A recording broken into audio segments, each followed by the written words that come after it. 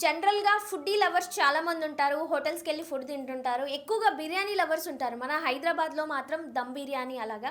So, చాలామంది హోటల్స్‌లో చిన్న హోటల్ అవ్వనియండి, పెద్ద హోటల్ అవ్వనియండి, మనం తిన్న ప్లేట్‌లో ఏదైతే ఉందో, సో, దానికి తిన్న తర్వాత మిగిలింది ఏదైతే ఉందో, మళ్ళీ అది లోపలికి తీసుకెళ్ళి సేమ్ యాజ్ ఇట్ ఈజ్ వేరే ఎవరైతే వచ్చి ఆర్డర్ ఇస్తారో వాళ్ళ ప్లేట్‌లలో సర్వ్ చేసి, నీట్‌గా, క్లీన్‌గా మళ్ళీ వాళ్ళకి సర్వ్ చేస్తున్నారనమాట మనం తిన్న తర్వాత. సో, బెస్ట్ ఎగ్జాంపుల్ ఒకటి చెప్తాను మీకు.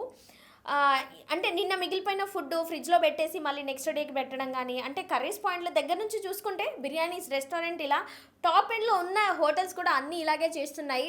And mutton, chicken, non veg కూడా.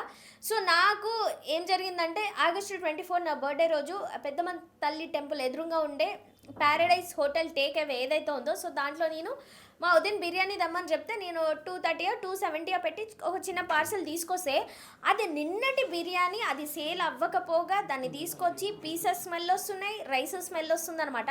తినకుండా మిగిల్చిన ఫుడ్‌ని మళ్ళీ సర్వ్ చేయడం, లేదంటే నిన్నటి బిర్యానీని ఇవాళ పెట్టడం, లేదంటే ఎప్పుడో తెచ్చిన చికెన్‌ని అక్కడే రెస్టారెంట్‌లల్లో మళ్ళీ కుక్ చేసి పెట్టడం అనేది రాంగ్.